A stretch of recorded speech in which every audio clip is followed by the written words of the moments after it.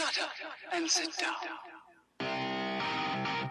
Welcome to the Answer is Yes podcast, where we will explore the cause and effect of just saying yes in your everyday life or in business.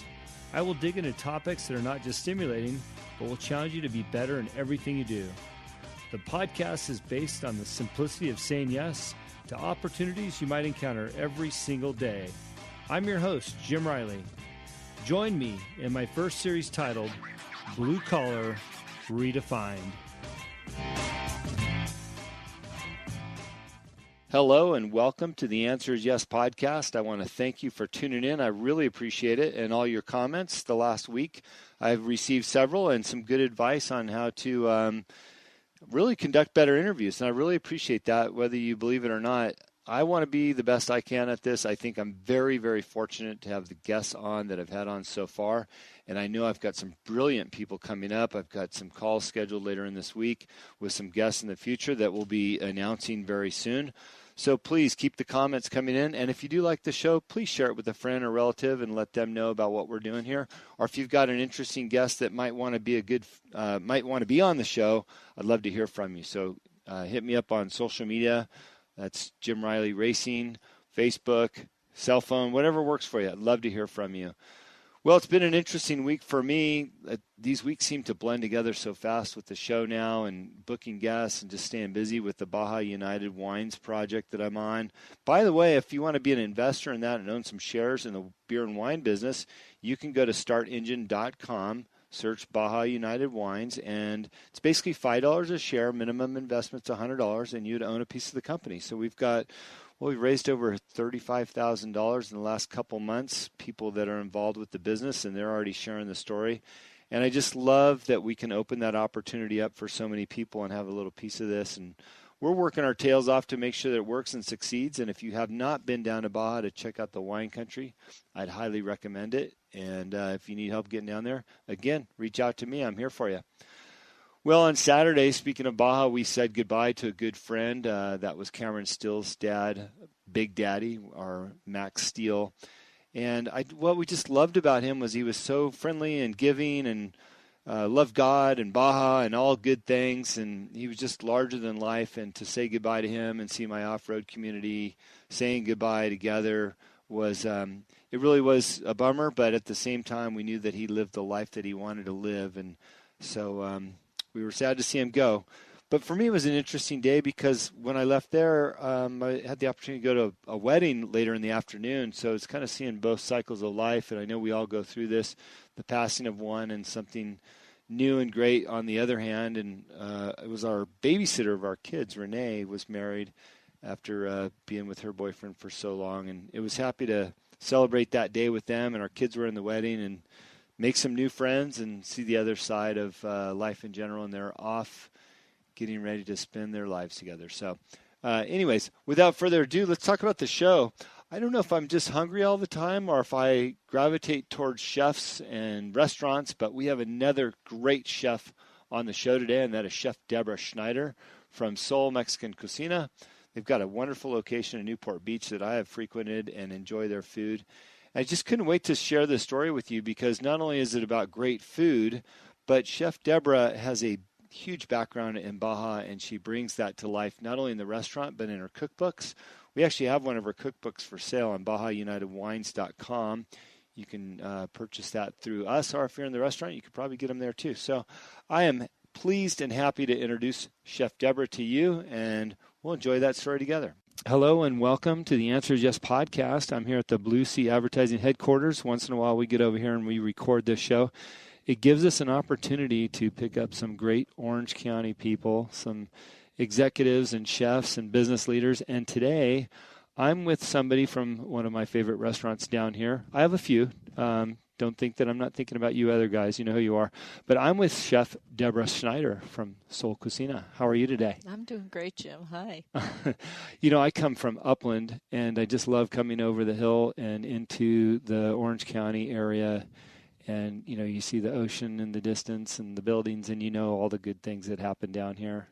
Oh, it's amazing just to live on the Pacific Ocean. I live in Pacific Beach in San Diego. Oh, okay. And Sol is my closest restaurant, which is 81 miles away, but it's worth it. But I get to live here. Yeah, just a short 81. So I've been very interested in having you on the show because not only do I love your restaurant, which is across the street from my grandparents' house, so that makes it very convenient for me to see them and eat some great food. But I also love your connectivity to Baja.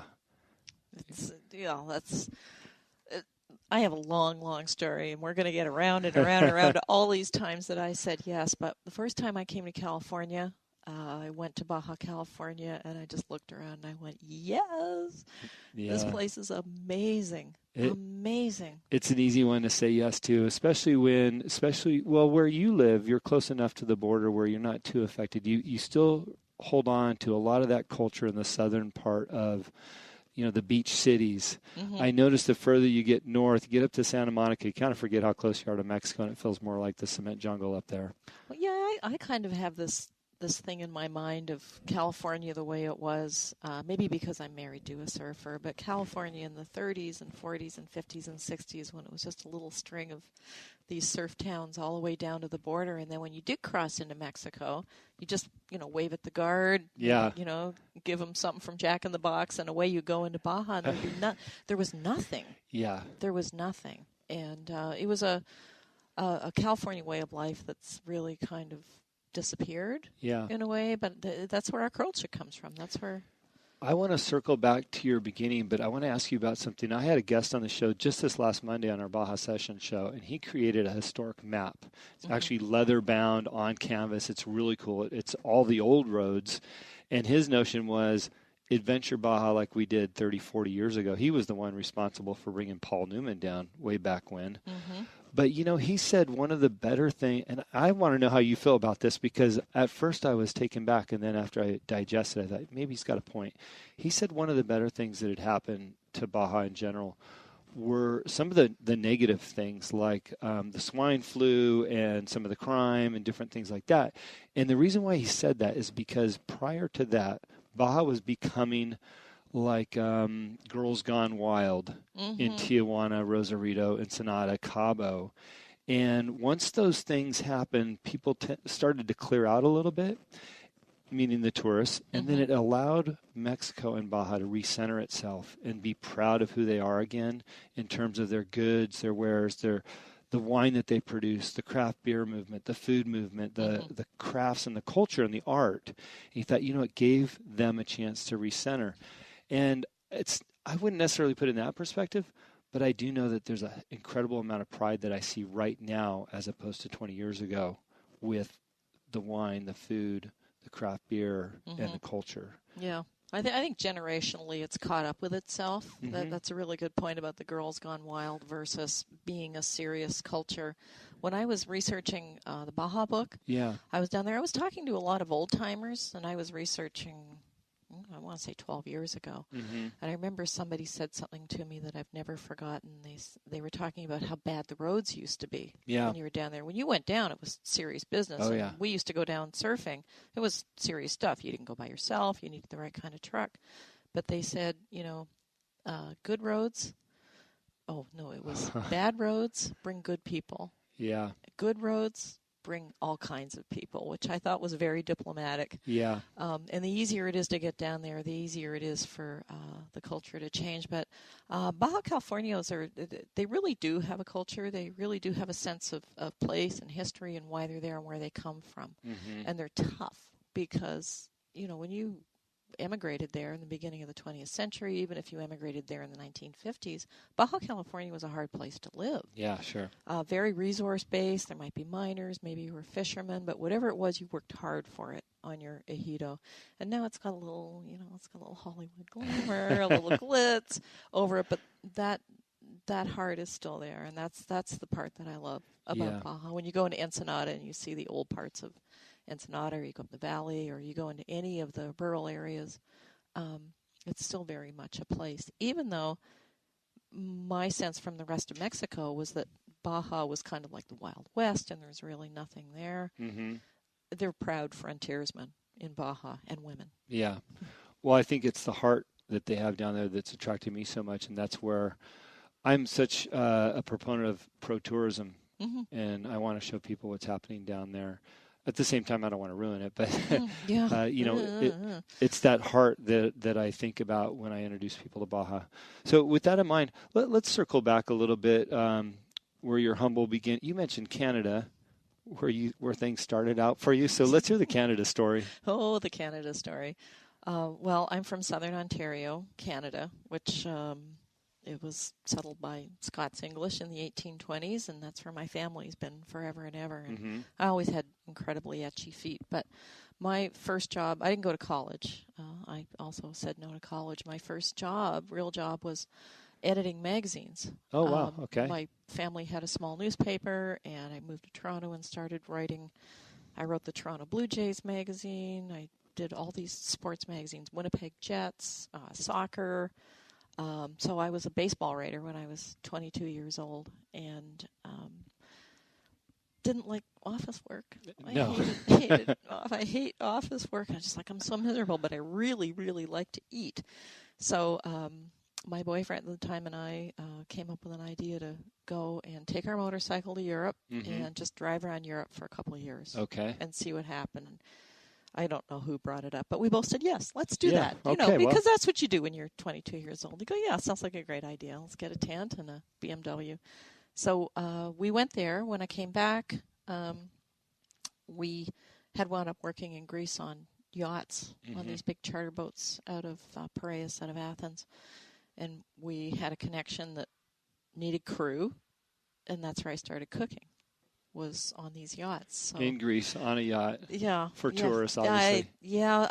Actually private owners. Oh, even better. Private owners, yeah. One of them was the former chairman of Mobil Oil, who was a lovely guy, and his wife used to wear curlers around on the boat. Bill Tavaleris, nice man.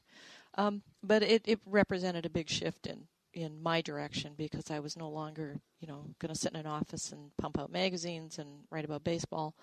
I was going to cook. Yeah. I decided I wanted to cook, so that's what I did. Went back, did 6 months, and went to Florida, and then wound up out here through another interesting set of circumstances. Well, hey, we're here for that, so share just a little bit of that circumstance. You've traveled some long distances to get to your final resting point. Yeah, I don't think I'm done yet either. There's still Australia. Haven't been there yet. No, but so you did wind up out here in California. And what was it that you discovered once you got here that made you stay? Because obviously you're still here now. Well, growing up in Canada, number one, the climate. Number two, I love being outside. Yeah. I love the outdoors. Not lying on a beach necessarily, but just being able to live in this kind of environment was everything to me. So I determined that I would find a way to make a living here. So I went into restaurants and started cooking. My first job, I literally didn't even know how to turn on a commercial range. I was like, and then when it was turned on, it was like this huge flame. It was scary. But I hung in, obviously. That was quite a while ago. That was almost 36 years ago. So any places you want to mention that you were at back in the day? Any of those places still around? Dobson's in San Diego, La Gran Tapa. I ran the Del Mar racetrack for 4 years. Before I signed on with my partners here. Hilton, I worked for Hilton Torrey Pine, for Pines, plural, for 6 years. Kimpton, a lot of little restaurants here and there. So, mostly San Diego stuff. I made the jump to Orange County when I met my current partners and said yes to them. So you're down in San Diego bouncing around to some places. None of those sounded very Baja flair to me. No. What got you interested in heading south of the border and down to Baja? Was it another one of those BMW adventure days? Surfing, following. I married a surfer, so it's like we're going. I'm like, okay, and I love camping. I mean, I could live on the beach for weeks. I'm just fine. So that was the travel part of it, and the food part of it for me, for Sol and Solita, came out of working in restaurants in California with Mexicans. So all cooks ever do is talk about food, right? Of course. When you're talking, you're not busy. You talk about food. So I would be talking to the guys that I was working with, because I was usually the only English-speaking person in the kitchen and the only woman. I said, just call me Jose. It's fine. I'm one of you. And that's how I learned about Mexican food. That was my entry